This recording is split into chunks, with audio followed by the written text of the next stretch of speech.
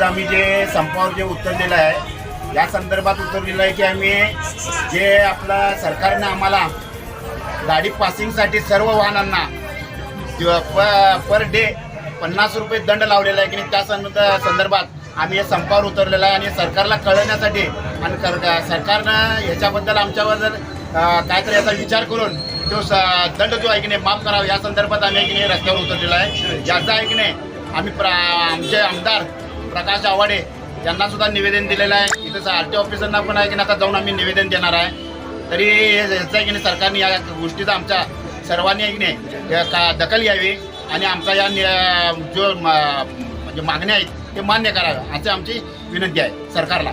तर सरकारनं ह्या निर्णयाच्या विरोध तुम्ही जे आज बंद केला आहे आणि तो निर्णय जर सरकारनं दिलेला आहे तो मागं नाही घेतला तर ह्याच्या विरोधात आम्ही तीव्र आंदोलन करणार।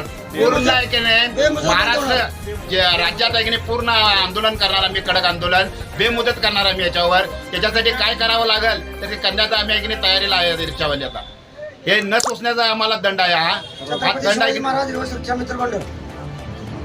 म्हणजे आम्हाला न सोसणार। जनतेचा अधिकारनामा जाणीव हक्काची या न्यूज चॅनलला लाईक, शेअर व सबस्क्राईब करण्यास विसरू नका व सदैव रहा अपडेट। जाहिराती व बातमीसाठी आजच न्यूज चॅनलशी संपर्क साधावा 80 87 820 897।